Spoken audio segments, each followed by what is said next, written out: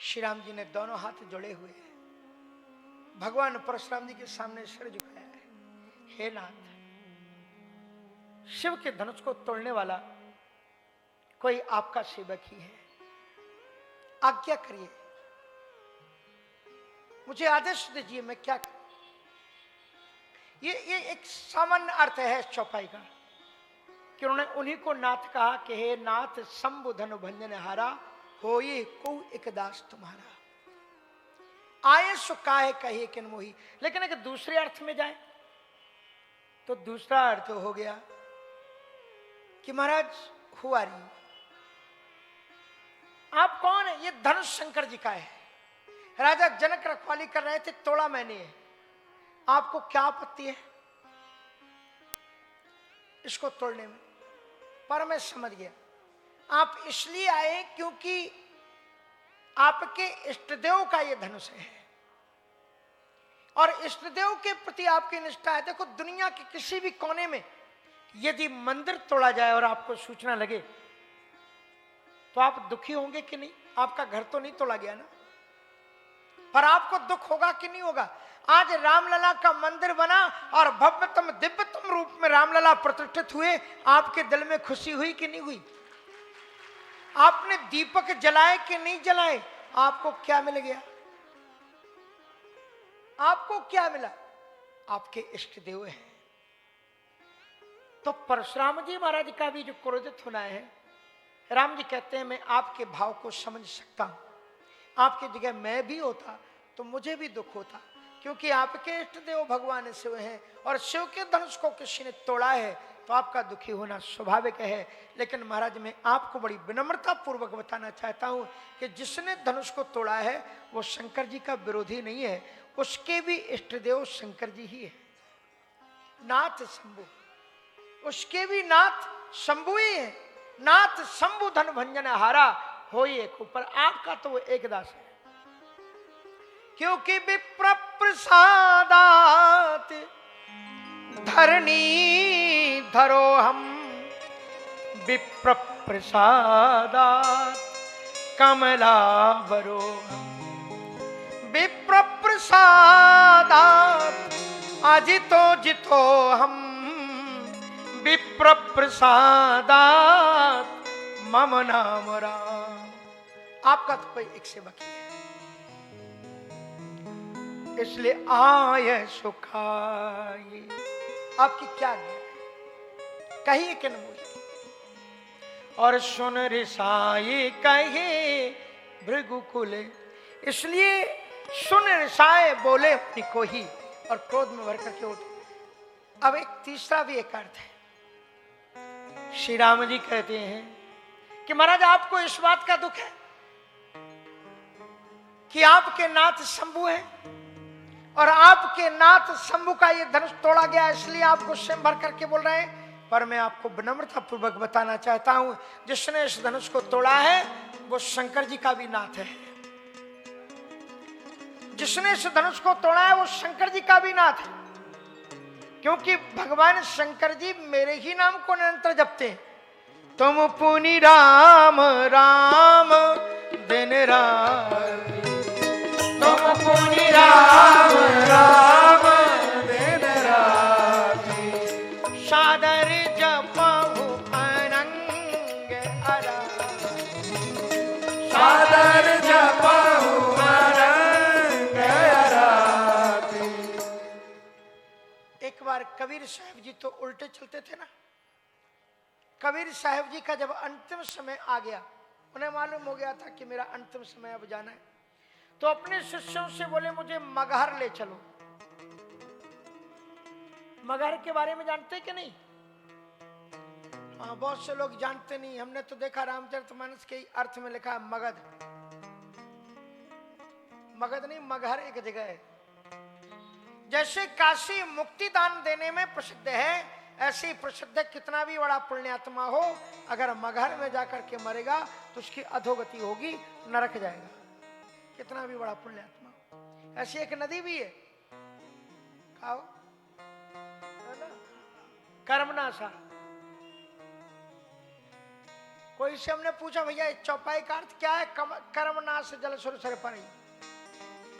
बोले जिनके कर्म नष्ट हो गए वो अपना जल तक के चढ़ा दे। हमने कहा भैया ये नदी हो। हम लोग तो खूब कर्मनाशा नदी के पानी से सिंचित जल को राम मंदिर में भोग लगता है। प्रसाद रामदाना वहीं से आता है। कर्मनाशा नदी है उसमें। करेल क्षेत्र टिकिया चंदौली से आगे। तो मगहर कबीर साहब जी बोले कि मुझे मगहर ले चलो। का लोग मगहर में तो जाने से अधोगति होती है।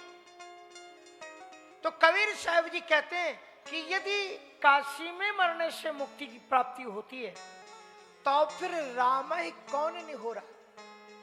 फिर राम नाम का महत्व क्या है? राम नाम का महत्व मैं तब जानूं जब मैं मगहर में भी राम नाम जपते हुए मुक्ति को प्राप्त करूं। इसलिए मुझे मगहर ले चलो।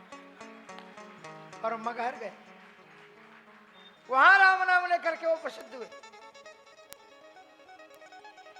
कबीरदास जी का एक चेला कमाल काशी में गंगा स्नान करके निकल रहा था। एक कोढ़ी मिल गया। तो कोढ़ी ने हाथ जोड़ करके कहा कि बाबा बात मां के पास में बड़ी शक्ति होती है, आप थोड़ा आशीर्वाद दे तो मंत्र थोड़ा सा वो चमत्कार कर दो ताकि हमारा कोढ़ ठीक हो जाए। कमाल जी ने आकर के अपने गुरुजी को सुनाया। कहा गुरुजी आज मैंने चमत्कार कर दिया। बोले क्या चमत्कार कर दिया? कहा एक कोढ़ी था और उसको मैंने 3 बार राम नाम बोल करके जल छिड़का और वो ठीक हो गया। कबीर साहब जी की आंखें लाल हो गई। एक जोर से थप्पड़ मारा कमाल। कहा गुरुजी आपने मुझे मारा क्यों? कहा तूने राम नाम का अपमान किया है। कोढ़ जैसे रोगों को ठीक करने के लिए 3 बार। अरे उल्टा नाम जपते जग जान, उल्टा नाम जपते जग जान, वाल्मीकि भय ब्रह्म समान, वाल्मीकि भय ब्रह्म समान। राम रामेति रामेति रमे रामे मनोरमे सहस्त्रनाम तत्तुल्यम राम नामो बरान। राम सकल नामन ते अधिक, राम सकल नामन ते अधिक। मोहु नाथ अग खग गण बधे,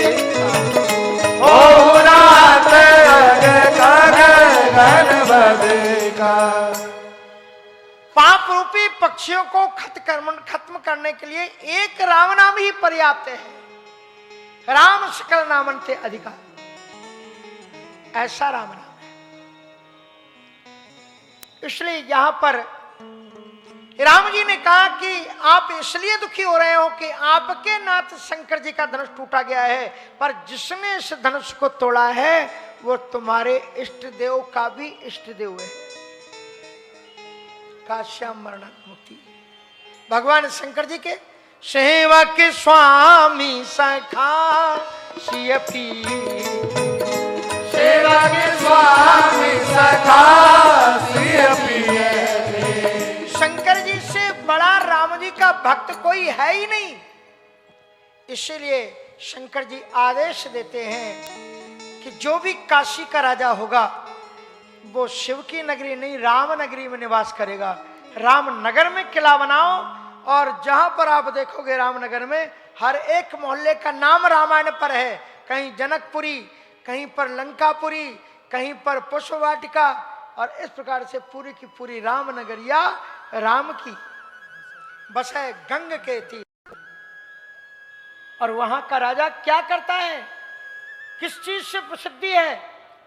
जब देश स्वतंत्र हो रहा था तत्कालीन देश के होम मिनिस्टर सरदार वल्लभ भाई पटेल अलग अलग स्टेट के राजाओं के छत्र और चमन रखवा रहे थे कि आज के बाद में किसी राजा के ऊपर छत्र नहीं होगा। केवल यहां पर आकर के पुरोहितों ने बताया कि हमारी काशी की नगरी की जनता राजा को शिव के रूप में देखती है, और इसलिए वो पूरी रामलीला जब वो देखते हैं, राजा की विशेषता होती है काशी की नरेश की कि जितनी 1 महीने तक रामलीला रामनगर में चलती है, और वो राजा पूरी निष्ठा पूर्वक व्रत रखते हुए पूरी लीला का दर्शन करता है। ऐसा राजा दुनिया के इतिहास में कहीं मिलेगा नहीं। आपको बता दें कि मीडिया, जो पत्रकार होते हैं ना, वो किसी के रिस्पेक्ट में उठ करके खड़े नहीं होते।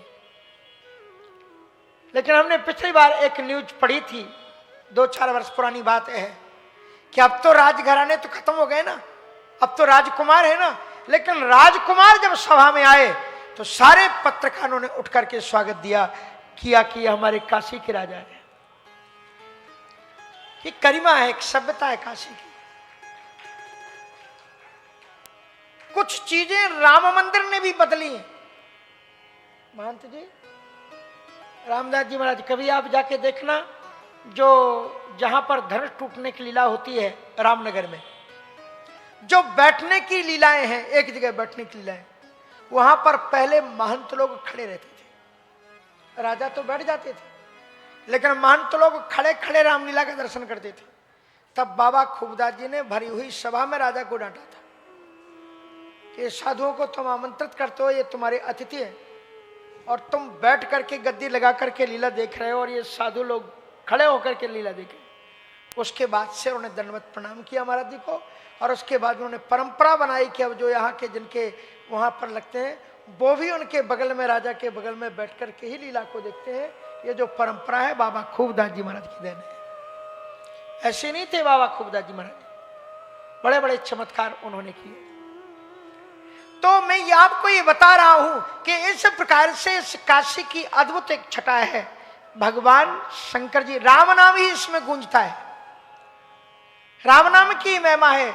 मणिकर्णिका घाट की पवित्रता रामता अपनी उपनिषद में बताते हैं। सहस्त्रों मनवंतरों तक शंकर जी ने राम मंत्र का जाप किया। भगवान राम प्रकट हुए तो उन्होंने वरदान दिया कि यस्य कस्यापि वा स्वयं, जिसके भी कान में तुम ये राम मंत्र सुना दोगे उसका उद्धार हो जाएगा। काशी मरत जासु, काशी मरत जंतु अवलोकी, जासु नाम बल करो विशोकी। तो परशुराम जी महाराज से राम जी कहते हैं कि नाथ शंभुधन, संकेत किया जिसने इस धनुष को तोड़ा है वो आपके इष्ट देव का भी इष्ट देव है। नाथ शंभुधन भंजन हारा, भले ही वो आपके इष्ट देव का भी इष्ट देव, लेकिन आपके लिए आप ब्राह्मण है। हो ये कोई के दास तुम्हारा, आय सुखा है कहिए किन मोह, आय सुखा है कहिए किन मोह, सुनी रिसाए बोले मुनि को, सुनी रिसाए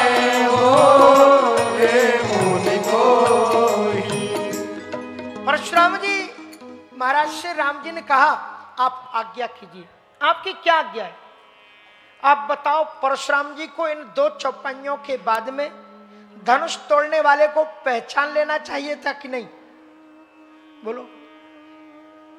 आप किसी को तलाश रहे हो और उसके दरवाजे को खटखटाएं, आपको पता नहीं कि इसका मालिक वही है जिसको हम तलाश रहे हैं, और आपने उसे कभी देखा नहीं, और वो अगर दरवाजा खोल करके आपके सामने आए और आप पूछे कि वो मैं उनको खोज रहा हूं, फलाने साहब कहाँ हैं, और वो दरवाजा खोलने वाला है आपको प्रणाम करके कहे सर आपका सेवक हाजिर है, आज्ञा करिए, इसका मतलब क्या है कि आप जिसको तलाश रहे हो वही तुम्हारे सामने खड़ा है। एक मूर्ख आदमी भी समझ लेगा कि ये बादशाह बोलने वाला, इसका मतलब यही मालिक है, इसी को हम तलाश रहे हैं, आज्ञा कीजिए। क्या आज्ञा है? और राम जी ने 2 चीजें बता दी। नाथ समुदन भंजन हारा, होइए कोई के दास तुम्हारा, आए सुखाए कही किन मोही, आज्ञा करो ना, क्या आज्ञा। फिर भी परशुराम जी क्या बोले, सुनऊ राम जही से उधन तोरा, you are the third person, I want to see him who had broken this bow, जिसने इस धनुष को तोड़ा है, हम उसे देखना चाहते हैं। परशुराम जी को लगा कि धनुष तोड़ने वाला तो कोई और है, ये तो उसकी वकालत कर रहे हैं। अच्छा, तो परशुराम जी क्या बिना पढ़े लिखे थे? अभी आपको बताया कि राम अतर्क बुद्धि मनवानी, राम को समझना परखना बुद्धि और मन से परे की बात है, समझना मुश्किल है राम को। भगवान परशुराम जी जब आप किसी से मिलने के लिए चलते हो, अगर आप किसी डीएम से, कलेक्टर से, किसी मंत्री मिनिस्टर से मिलने के लिए चलो, तो आपने पहले कभी देखा नहीं, तो आप एक इमेज मन में बना लोगे कि वो ऐसा होगा और ऐसा शानदार कुर्सी पर बैठा होगा और ऐसी मूंछों पर ताव होगा। आप मन में एक अनुमान से एक पिक्चर बना लोगे। परशुराम जी ने भी धनुष तोड़ने वाले की 2 पिक्चरें बनाई थी अपने मन में। उन्होंने सोचा था कि जिसने धनुष तोड़ा होगा वो 2 पोजीशन में मेरे सामने उपस्थित होगा। यदि वो मुझे जानता होगा कि मैं वो परशुराम हूं, त्रिशप्त कृत्वा भूम कृत्वा नी क्षत्रियाम प्रभु, जिसने 21 बार पृथ्वी को क्षत्रिय विहीन किया, तो जिसने इस धनुष को तोड़ा होगा मुझे देखते ही थर थर कांप उठेगा और किसी कुर्सी के नीचे जाकर के छुप जाएगा, मेरे सामने लाया जाएगा तो कांप रहा होगा ऐसे ऐसे। एक ये इमेज उन्होंने बताई थी कि धनुष तोड़ने वाला डरेगा और थर थर कांप रहा होगा, या तो ऐसा चित्र बनाया था। दूसरा जो चित्र उन्होंने बनाया है वो ये कि जिससे रावण बाणासुर 10-10 हजार राजा लोग मिलके धनुष को उठा नहीं पाए, उसने धनुष को तोड़ा है। और यदि वो मुझे जानता नहीं है तो अभिमान में भरा हुआ होगा और मूंछों पर ताव देकर के अकड़ करके मेरे सामने खड़ा होगा, फिर मैं बताऊंगा मैं कौन हूं। लेकिन जो सामने खड़ा हुआ कह रहा है जो धनुष तोड़ने वाला है वो आपका सेवक है, ना तो वो थर थर कांप रहा था और ना अभिमान में डरा हुआ था। इतना बड़ा काम करने के बावजूद भी वो हाथ जोड़ करके कह रहा हो ये को एक दास तुम्हारा, वो आपका कोई सेवक होगा। इसलिए परशुराम जी की परिकल्पना क्षमता से परे राम जी का विग्रह चला गया, so that he could not recognise. इसलिए वे अपने राम को नहीं समझ पाए कि ये कौन है। उनको लगा धनुष को तोड़ने वाला कोई और है, वो अभिमान में होगा, ये डर के छुप गया है और वो मेरे सामने डर के कारण नहीं आ रहा है।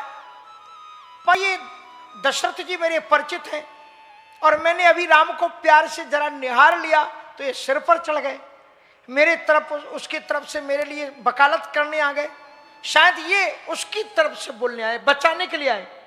इसलिए परशुराम जी कहते हैं कि सुनहु राम जे ही शिव धनु तो, सुनहु राम जे शिव धनु तोरा, सहस बाबू सम सोरी पुमोरा, सहस बाबू सम सोरी पुमोरा, सो बिलगाऊ बिहाई समाजा, सो बिलगाऊ बिहाई समाजा, न तुम्हारे जय है सब राजा, न तुम्हारे जय है सब राजा।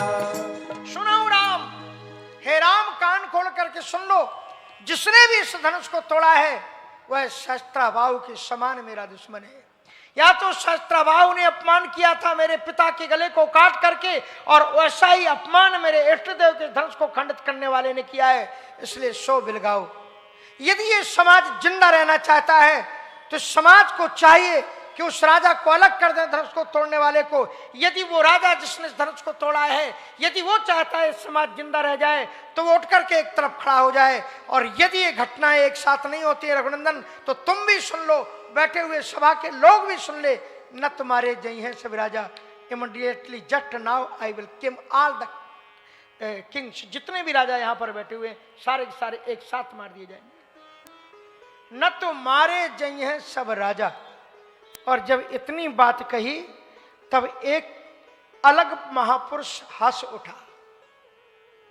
श्री लक्ष्मण जी महाराज हंसते, सुने मुनि बचन कल मैंने आपको बताया था लखन शब्द उसी जगह प्रयोग किया गया है जब लोग राम को लख नहीं पाते हैं तो लखन आते हैं। सुनि मुनि वचन लखन मुस्काने, बोले परसु धरहि अपमाने। अब आप कहेंगे कि राम जी अवतार है, परशुराम जी अवतार है, लक्ष्मण जी को क्या हक है कि वो एक अवतार का अपमान करें? तो लक्ष्मण जी क्या है? लक्ष्मण जी भी अवतार है। किसके अवतार है? तो आप कहेंगे शेषनाग के। नहीं, श्रीमद् भागवत और वाल्मीकि रामायण दोनों ही कहती हैं वो ब्रह्म है। श्रीमद् भागवत के नवम स्कंद में कहते हैं, राजाओं का सूर्य वंश का वर्णन जब कर रहे हैं दसम स्कंद में, नव स्कंद के 10वें अध्याय, कि राजा दशरथ जी वो राजा हुए कि तस्यापि भगवानेश साक्षात् ब्रह्ममयो हरि अंशांशेन चतुर्धागात् पुत्रत्वं प्रार्थिता सुरैः। दशरथ जी वो यशस्वी राजा है जिसके कारण से परब्रह्म परमात्मा ही अंशांशेन चतुर्धागात्, अंशांश रूप से 4 रूपों में प्रकट हो गया। माने लक्ष्मण जी भी ब्रह्म है,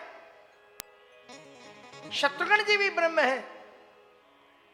इसलिए जहां पर अद्भुत आप देखेंगे रामचरितमानस के अरण्यकांड के प्रारंभ में जो उपमाएं, किष्किंधा कांड के प्रारंभ में जो उपमाएं राम जी को है वो ही 14 उपमाएं लक्ष्मण जी को।